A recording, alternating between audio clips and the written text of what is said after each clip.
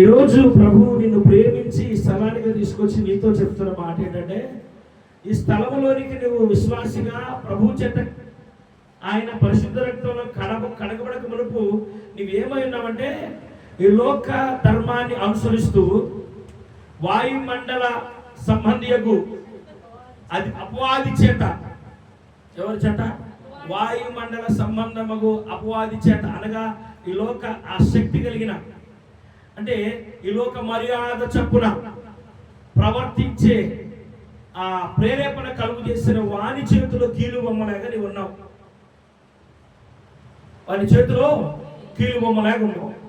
ఎవరు కీలు బొమ్మలాగా ఉన్నారంటే మనమే కీలు బొమ్మలాగా ఉన్నాం. ఉన్నామా లేదా? నేను ఉండలేదు అని ఎవరు చెప్పడానికి ఇక్కడ చేసుకుని ఎవరు కూడా చెప్పలేదు. ఎందుకంటే పట్టబడిన వారు కొందరు ఉంటారు, పట్టబడిన వారు అనేకులు ఉంటారు. ఒక స్త్రీ పట్టబడితే ప్రభు దగ్గరికి తీసుకొచ్చారు రాళ్లతో కొట్టాలని. ఎవరు తీసుకొచ్చారు? పట్టబడని వారు తీసుకొచ్చారు. పవిత్రులు తీసుకొచ్చారా? అపవిత్రులే తీసుకొచ్చారు. వారిని గురించి నేల మీద ఆయన రాస్తూ ఉంటే వచ్చిన వాళ్ళల్లా రాళ్ళు కింద పడేసి దారిని పడిపోయేది. కనుక పట్టబడిన వారు వేరు, పట్టబడిన వారు వేరు. అయితే వీరిలో కొందరి యొక్క మనస్తత్వాలు ఏ విధంగా ఉంటాయంటే, నేను నీతిమంతురాలని అని అనుకుంటాం. కానీ వాక్యం చెప్తుంది మనం ఏమైనామంటే వాయుమండల సంబంధియగు అపవాది చేత ప్రేరేపించబడి నానా విధములుగా ఈ లోక మర్యాద చప్పున లేదా లోక ఆశ్చర్యలు కలిగి అనేక రీతులుగా పరుగులెత్తిన వారిగా ఉన్నాం. అలాంటి నిన్ను ప్రేమించి నన్ను ప్రేమించి తర్వాత చదువుకుందాం. ఆయన నన్ను ప్రేమించి ఏం చేశాడంట చూద్దాం. ఆయనను దేవుడు కరుణా సంపన్నుడై ఉండి మనము మన అపరాధముల చేతను చచ్చిన వారమై ఉండగా సహితము మీడల చూపిన తన మహాప్రేమ చేత మనలను క్రీస్తుతో కూడా బ్రతికించను. చాలు. ఇప్పుడు నేను ఏమి చెప్పను ఉద్దేశించానంటే, పరిశుద్ధాత్ముడు మనతో ఏం మాట్లాడటానికి ఇష్టపడుతున్నాడంటే, పూర్వం నువ్వేమై ఉన్నావు గుర్తు చేస్తున్నాడంతే. ఇక్కడ ప్రభు రక్తంలో కడగబడక మునుపు నువ్వేమై ఉన్నావు గుర్తు చేస్తున్నాడు. ఇంకా కడగబడిన వారు ఉన్నారనుకో, వారు ఇప్పుడు ఏమై ఉన్నారో గుర్తు చేస్తున్నాడు. బాప్తిసం తీసుకున్న వాళ్ళు ఎంతమంది ఉన్నారు ఇక్కడ? తీసుకున్న వాళ్ళు ఉన్నారా? నాన్న నువ్వు తీసుకున్నావా? అది తీసుకోని వాళ్ళు ఏమై ఉన్నారో ఇక్కడ చెప్పాడు. తీసుకున్న వాళ్ళు ఏమైనారంట? నానా విధములైన ఎవరి చేత ప్రేరేపించబడుతున్నారు? వారు వాయుమండల అపవాది చేత అనేకమైన అలవాటులకు బానిసలు అవుతున్నారు. లోక సంబంధమైన వాటి చేతిలో నుంచి విడిపించబడలేని స్థితిలో ఉన్నారు. తీసుకున్న వారు ఆయన మహాకనికరాన్ని బట్టి ఆయన వారి అపరాధముల చేత చచ్చిన వారు ఉండగా వారిని క్రీస్తు కూడా బ్రతికించను. ఇప్పుడు ఏమై ఉన్నాము? క్రీస్తు దాసులుగా, క్రీస్తు సంఘముగా, క్రీస్తు శరీరముగా మనం ఉన్నాము.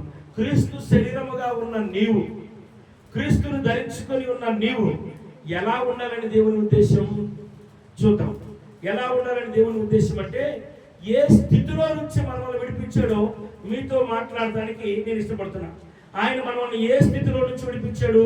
ఒకసారి మార్కు సువార్త 5వ అధ్యాయం, మార్కు సువార్త 5వ అధ్యాయం మొదటి నుంచి చదువుకుందాం త్వరగా. లేదు 4వ వచనం కాదు చదువుకున్నామా? పలుమార్లు వాడిని తాళ్లకును చేతులకును సంకెళ్ళు వేసి బంధించినను వాడు ఆ చేతి సంఖ్యలను తెప్పి పాత సంఖ్యలను తుత్తినీలుగా చేశాడు కనుక ఎవ్వడు వారిని సాధుపరచలేక పోయెను. వాడు ఎల్లప్పుడూ రాత్రింబగళ్ళు సమాధులలోను కొండలలోను కేకలు వేయించు తనను తాను రాళ్లతో గాయపరుచుకొనుచు ఉండెను. చాలు. యేసు ప్రభు వారు ఒక ప్రాంతానికి ఒక యవన బిడ్డను కలవటానికి వెళ్ళాడు. యేసు ప్రభు వారు గెరాసీను అనబడుతున్న ప్రాంతానికి సముద్ర ప్రయాణం చేసి ఒక యవన బిడ్డను కలవటానికి వెళ్ళాడు. ఎందుకు ఆ యవన బిడ్డను కలవటానికి వెళ్ళాడంటే, ఆ యవన బిడ్డ ఉన్న పరిస్థితి ఏంటంటే, ఆ యవన బిడ్డ తల్లిదండ్రులు, ఆ యవన బిడ్డ అన్నదమ్ములు, ఆ యవన బిడ్డ అక్క చెల్లెళ్ళు, వారందరూ కూడా ఆ యవన బిడ్డ దురాత్మల చేత పీడించబడుతూ వారు కట్టడి చేయలేని పరిస్థితిలోనికి వెళ్ళిపోయాడు. వారి సహోదరులు ఎవరు కూడా కట్టడి చేయలేకపోయారంట. ఇక్కడ రాయబడిన మాట, వారి అన్నదమ్ములు కట్టడి చేయలేకపోయారంట, వారి తల్లిదండ్రులు కట్టడి చేయలేకపోయారంట. వాడు ఏం చేస్తున్నాడంటే, వాడు తనను తాను హాని చేసుకుంటూ ఉన్నాడు అని అన్నాడు. రాళ్ళ చేత ఏం చేస్తున్నాడంట, తనను తాను గాయపరుచుకుంటూ ఉన్నాడంట. ఎవ్వరూ కట్టడి చేయలేని ఆ యవన బిడ్డను, గెరాసీనుల ప్రాంతంలో ఉన్న యవనస్తును, సమాధుల్లో తిరుగుతున్న యవనస్తును, అడవుల్లో తిరుగుతున్న యవనస్తుని, కొండల్లో తిరుగుతున్న యవనస్తుని, ఒంటరిగా తిరుగుతున్న యవనస్తుని, ఈ లోక ఆశలు కలిగి పరుగులెడుతున్న యవనస్తుని బాగు చేయడానికి ప్రభువు యేసుక్రీస్తు వారు గెరాసీనుల ప్రాంతానికి. ఈరోజు ఆ యేసు ప్రభువు వారు అలాగా తిరిగిన మనతో మాట్లాడుతున్నాడు. పూర్వం మనం కూడా ఎవరు కట్టడి చేయలేని స్థితిలో మనం ఉన్నాం. మన అపరాధముల చేత ఏమైనా మనము ఎవరు కట్టడి చేయలేని స్థితిలో ఆత్మ సంబంధంగా చచ్చిన వారమై ఉన్నాం. ఎందుకంటే ఎవరైనా కానీ ఇది మంచి ఇది చెడు అని చెప్తే దాన్ని వినే పరిస్థితిలో మనం ఉన్నామా? లేము. అయినప్పటికీ ఆయన మనల్ని తిరిగి లేపిను. క్రీస్తునందు మనల్ని తిరిగి లేపాను. ఎఫెసీయులకు రాసిన పత్రికలో మనల్ని దేవుడు ఎంతగా ప్రేమించాడో జ్ఞాపకం చేస్తున్నాడు. ఈ మార్కు సువార్తలో గెరాసీనుల ప్రాంతంలో ఉన్న యవన బిడ్డను బాగు చేయడానికి వెళ్ళిన యేసు ప్రభువు వారు ఈ మధ్యాహ్న సమయంలో నిన్ను నన్ను ఆ నవీన స్వభావం కలిగి ఉన్న వారిగా చూడటానికి వస్తే మనలో ఏముందంటే ప్రాచీన స్వభావం ఉందంట. ఏముంది? ప్రాచీన స్వభావం. ప్రాచీన స్వభావం అంటే ఏంటి? ఎవ్వరూ కట్టడం చేయలేని స్థితి. ఎప్పుడు? మారు మనసు లేనప్పుడు, బాప్తిస్మం లేనప్పుడు, రక్షణ లేనప్పుడు, యేసు ప్రభు తెలియనప్పుడు ఎవరు కట్టడం చేయలేని స్థితిలో మనము కొట్టుమిట్టాడుతూ ఉన్నాం. కానీ నేడు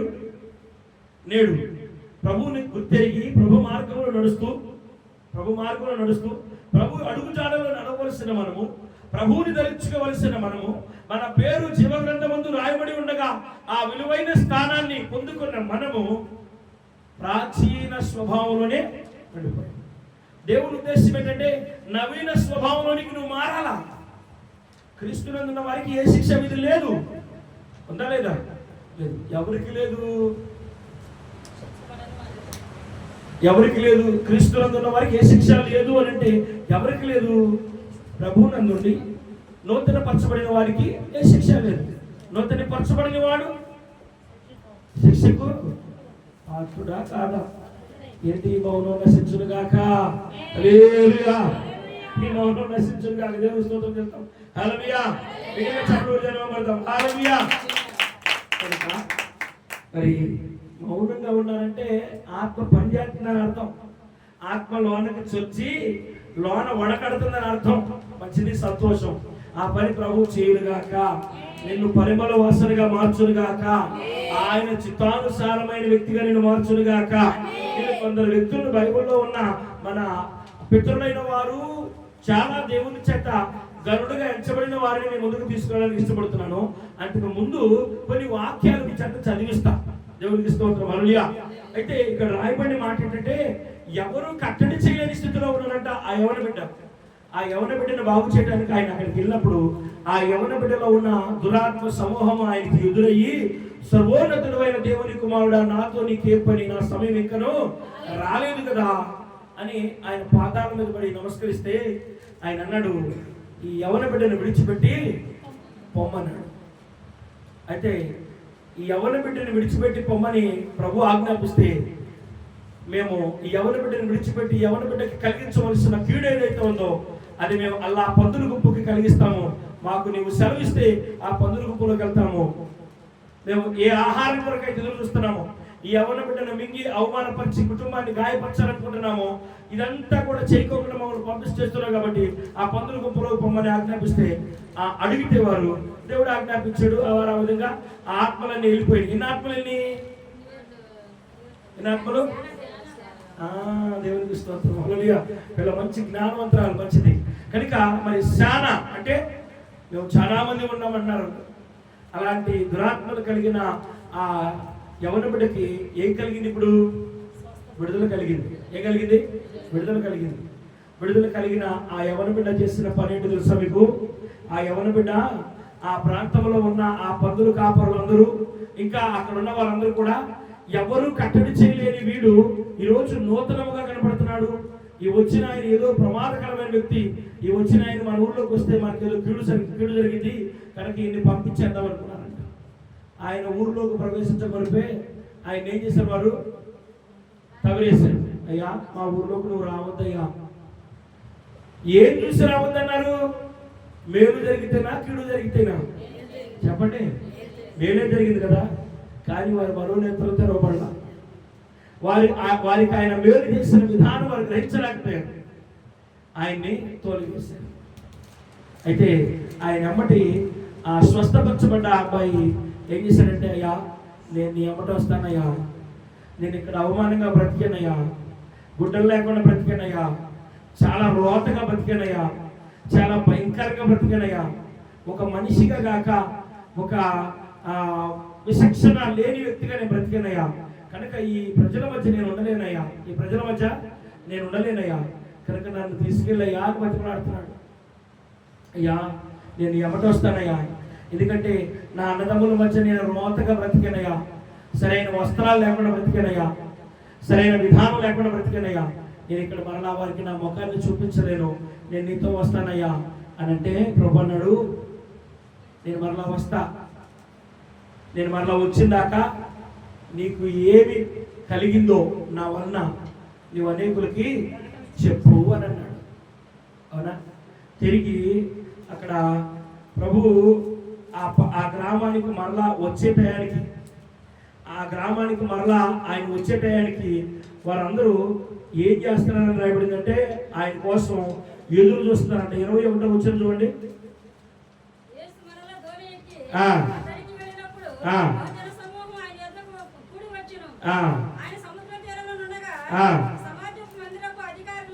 చాలు చాలు.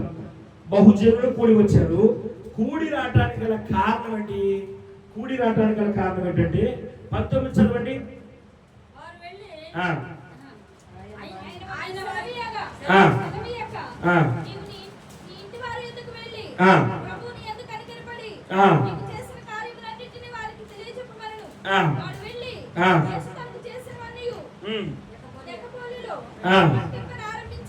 ఏం చేశాడు? ఏం చేశాడు? ఇప్పుడు చెప్పండి. ఏం చెప్పాడు? సాక్ష్యం చెప్పింది మక్క, అందుకని సాక్ష్యం చెప్తున్నా. మంచిది. ఏం చేశాడంట?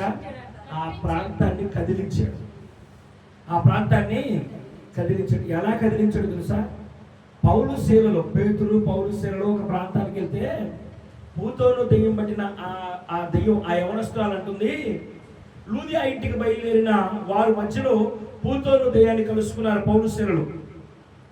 ఆ సమయంలో ఆ పూతోను దెయ్యం పట్టిన యవనస్తురాలు అంటుంది, భూలోకాన్ని తల్లకిందులు చేసేవాళ్ళు ఎక్కడికి వచ్చారు అంట. వారు ఏం చేసేవాళ్ళు అంట? భూలోకాన్ని తల్లకిందులు చేసేవాళ్ళు.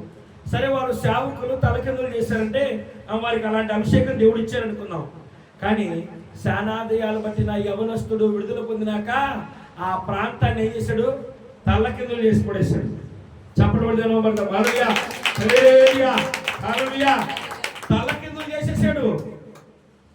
తల్లకిందులు చేసి బహుజనులు ప్రభు కోసం ఎదురు చూసేవారుగా చేశాడు. నేను ఒక మాట చెప్పదలిసి ఉన్నా. ఏంటంటే ఈరోజు ఎవరి పట్ల దేవుని ప్రణాళిక అధికముగా ఉంటుందో, ఎవరి భవిష్యత్తులో దేవుడు బహుగా వాడుకోవాలనుకుంటాడో వాడిని దేవుడు సాతాను శోధిస్తాడు. వారిని దేవుడు ఎవరినైతే వాడుకోవాలనుకుంటున్నాడో, దేవుని మహిమ కొరకు ఎవరినైతే ఘనముగా ఎంచాలనుకుంటున్నాడో వారిని సాతాను పడగొట్టడానికి శత విధాలుగా ప్రయత్నం చేస్తాడు. ఎలా శతవిధాలుగా ప్రయత్నం చేస్తాడు? వారిని ప్రేరేపిస్తాడు. ఎలాగ ప్రేరేపిస్తాడు? ఇందాక చదువుకున్న వాక్యంలో ఉంది కదా, ఏముందంటే అక్కడ వారు వాయుమండల సంబంధ మగు అధికారి చేత, ఆ వాయుమండల సంబంధ మగు శక్తి కలిగిన అధికారి చేత వారు ఏమవుతారంట? ప్రేరేపించబడతారు. ప్రేరేపించబడి ఇహ సంబంధమైన వాటి విషయంలో శక్తి నిలిపి శరీరాశ, నేత్రాశ, జీవపుడము అలాంటి వాటి కొరకు వారు పరుగులెడతారు. ఎందుకంటే దేవుడు వారి కొరకు దాచిన ఆ గొప్ప వారి జీవిత భవిష్యత్తు ఏదైతే ఉందో దాన్ని వారికి దక్కకుండా చేయటమే వాడి పని. వాడు ఎలాంటి, నాకు దక్కని ఇంకెవడికి దక్కకూడదు. అక్కడి నుంచి నన్ను పడదోశాడు, నేను అక్కడ ఉండవలసిన వాడి కదా. ఎవడు వాడు? వాడి పేరేంటి? లూసిఫర్. ఏం పేరు? లూసిఫర్, అపవాది. వాడు అక్కడి నుంచి పడవేయబడ్డాడు కదా. ఇక్కడున్న వీడు ఇక్కడ దేవుడి మహింకరంగా బ్రతికి అక్కడికి వెళ్ళి అక్కడ ఆయన కుడిపార్శ్వ మంది కూర్చుంటాడు.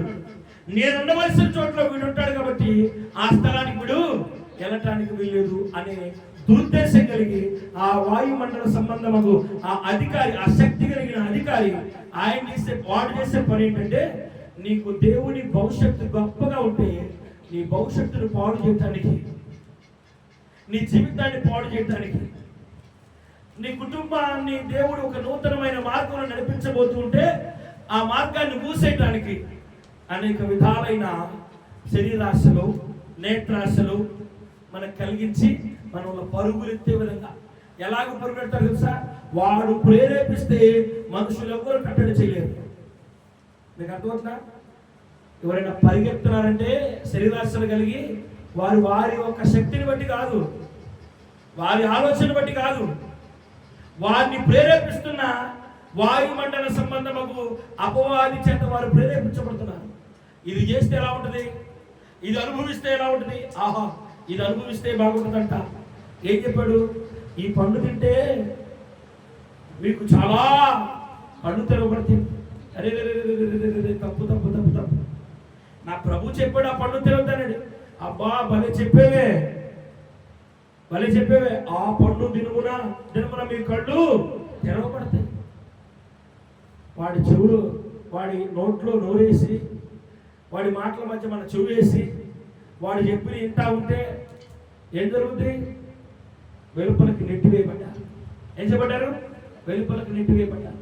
వారి కొరకు నిర్మించిన ఆ గొప్ప యోధేను ఏదైతే ఉందో, ఆశీర్వాదకరమైన యోధేను నుంచి వారు ఏం చెప్పబడ్డారు? వెలివేయబడ్డారు. ఈరోజు ఈ వాక్యం ద్వారా దేవుడు నీతో మాట్లాడుతున్న మాట ఏంటంటే, రక్షించబడ్డావు, నీకు ఒక యోధేను లాంటి ఆశీర్వాదకరమైన మార్గంలో నిన్ను ఉంచాడు. అయితే ఈ యోధేనులో నుంచి నిన్ను అపవాది ఏ స్వభావాన్ని కలిగించి మాట్లాడతాడు? నవీన స్వభావమా, ప్రాచీన స్వభావం అనే ఆశ.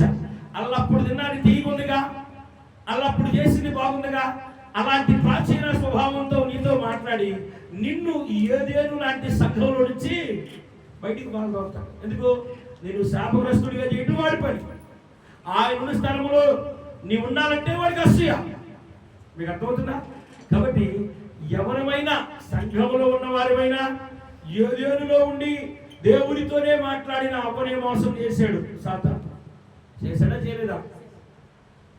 ఆయన స్వహస్తాలతో చేసి ఆయన ఆశకారంధ్రాల్లో ఆయన జీవాత్మను ఊదిన ఆదామే మోసపోయాడు. మోసపోలేదా? ఆ మోసపోయిన విధానం చెప్పేది విశ్వాసులకు తండ్రి ఎవరమ్మా? పెద్దలు చెప్పండమ్మా. అబ్రహాము. అవునా? అబ్రహాము దేవుని నమ్మెను, అతనికి నీతిగా ఎంచబడెను. అబ్రహాము దేవుడు ఏది చెబితే అది అన్నాడు. ఏమన్నాడు? ఏది చెబితే అది అన్నాడు. మందిరంలో ఏది చెబితే అది అన్నాడు. ఇంటికి పోయినాక శారా ఏది చెప్పినా అన్నాడు. ఏం చెప్పింది శారా? అయ్యో ఫలానా వానికి ఆయన భార్య వలన పిల్లలు లేరని నిన్న నాకెందుకు, నువ్వు ఒక పని చేయి, ఇదిగో నా దాసిని పెళ్లి చేసుకొని పిల్లలు కలు. దేవుడు చెప్పాడు, నీ గర్భం తెలుస్తాడు, నీకు పిల్లలు ఇస్తాడు, మనకి పిల్లలు పుడతాడు. ప్రభు చెప్పాడా? చెప్పండి. ప్రభు చెప్పాడు కదా. మరి ఈ మాట శారాకి చెప్పాడా? శారా మాటని ధిక్కరించలేక అందరికీ తన్నిటికి తలుపుతాడు కదా. సరే సరే సరే అనే బుద్ధి ఉందేమో. సారా ఏం చెప్పింది?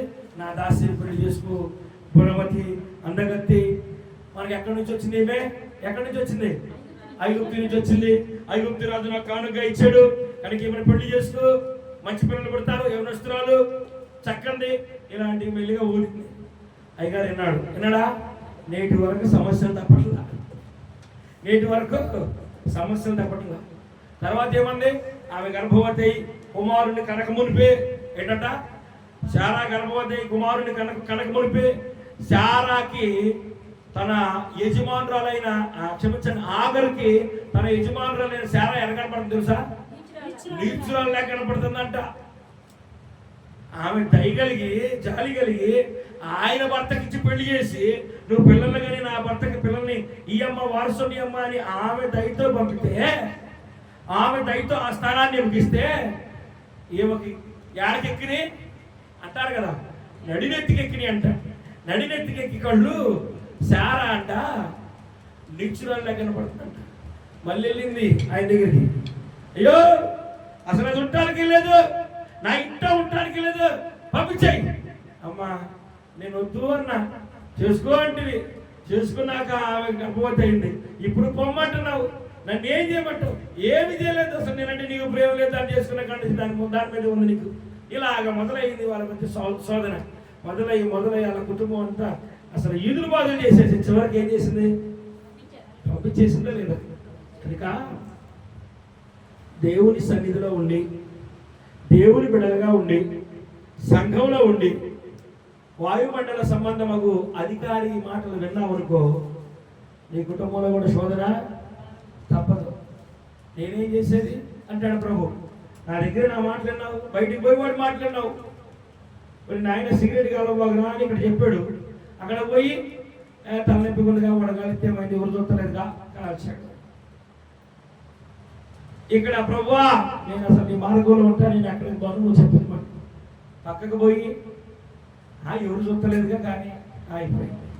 అంటే ఇక్కడ ఉంటేనేమో సంఘాన్ని, విశ్వాసాన్ని, అక్కడ ఉంటేనేమో అవిధేయుణ్ణి, వాయుమండల సంబంధము అధికారి చేతులు ఓ అబ్బు పొలముగా వాడబడుతున్నా అపవాది సంబంధిని అంటారా? అలా అంటే మన జీవితం ఏమైపోయింది? వాడైపోయింది. ఇప్పుడు నేను వాక్యంలోకి వస్తాను, బాగా వినండి. ఇదంతా సంఘములో ఉండి, సంఘములో ఉన్నవారి చేతిలో బహుబలముగా, ఆ సంఘములో ఉండి బహుబలముగా వాడబడుతూ దేవుని చేతిలో బయటకు పోయినాక త్రొట్టిల్లే వారి పరిస్థితి ఏమైందో దేవుడు చెప్తున్నాడు. అయితే అలాగా ఉన్న వారిని టార్గెట్ చేయడానికి గల కారణాలు ఏంటో కొంతమందిని జ్ఞాపకం చేస్తాను. ఇప్పుడు మొట్టమొదటిగా విశ్వాసులకు తండ్రి అయిన అబ్రహామును సాతాను శోధించిందా లేదా? శోధించింది. ఆయన వాళ్ళలో చిక్కుకున్నాడా? నేటి వరకు తిప్పలు తప్పటలా. మరలా చెప్తా, మీ అందరికీ ఒక భక్తుడిని జ్ఞాపకం చేయాలనుకుంటున్నా. ప్రభు యొక్క హృదయానుసారుని. ఎవరైనా ప్రభు యొక్క హృదయానుసారుడు. చూడండి ఇక్కడ 2 సమూయేలు గ్రంథం 12వ అధ్యాయం. 2 సమూయేలు గ్రంథం 12వ అధ్యాయం. త్వరగా మీరు 7 వచనాలు చదవాలి. 2 సమూయేలు గ్రంథము 12వ అధ్యాయం మొదటి వచనం నుంచి. కాబట్టి యెహోవా నాతానును దావీదు వద్దకు పంపెను. అతడు వచ్చి దావీదుతో ఇట్లనెను, ఒకానొక పట్టణమందు 2 మనుషులు ఉండిరి. ఒకడు ఐశ్వర్యవంతుడు, ఒకడు దరిద్రుడు. ఐశ్వర్యవంతునికి విస్తారమైన గొర్రెలను గొడ్లను కలిగి ఉండేను. అయితే ఆ దరిద్రునికి తాను ఒక చిన్న ఆడ గొర్రె పిల్ల తప్ప ఏమీ లేకపోయాను. వాడు దానిని పెంచుకొని చుండగా అది వాని బిడ్డల యొద్దకు ఉండి పెరిగి వాని చేతులతో తినచ్చు, వాని గిన్నెలకి త్రాగొచ్చు, వానికి అవిగిట పడుకునిచ్చు, వానికి కుమార్తె వాళ్ళే ఉండేను. అట్లుండగా మార్గస్థుడు కూడా ఐశ్వర్యవంతుడు యొద్దకు వచ్చును. అతడు ఆమె తన యొద్దకు వచ్చిన మార్గస్థునికి యావత్తును చేయుటకు తన గొర్రెపిల్ల కానీ గొడ్లలో కానీ దేనిని ముట్టనల్లక ఆ దరిద్రుని గొర్రెపిల్లను పట్టుకొని తన యొద్దకు వచ్చిన వారికి ఆయత్తు చేసిను. దావీదు ఈ మాట విని ఆ మనుషుల మీద బహుగా కోపగించుకుని, యెహోవా జీవముతో నిశ్చయముగా ఈ కార్యము చేసిన వాడు మరణపాత్రుడు. వాడు కనికరము లేక ఈ కార్యం చేస్తుంది కనుక గొర్రె పిల్లకు ప్రతిగా 4 గొర్రె పిల్లలు ఇవ్వాలని నాతాను నేను. చాలు చాలు, ఆగండి ఆగండి ఆగండి ఆగండి అన్నాడా నాతాన్తో? ఇప్పుడు యేసుప్రభు వారి దగ్గరికి పట్టబడిన స్త్రీని తీసుకొస్తే రాళ్ళు తీసుకొని కొట్టినాడు. మీ అందరూ తెలుసా?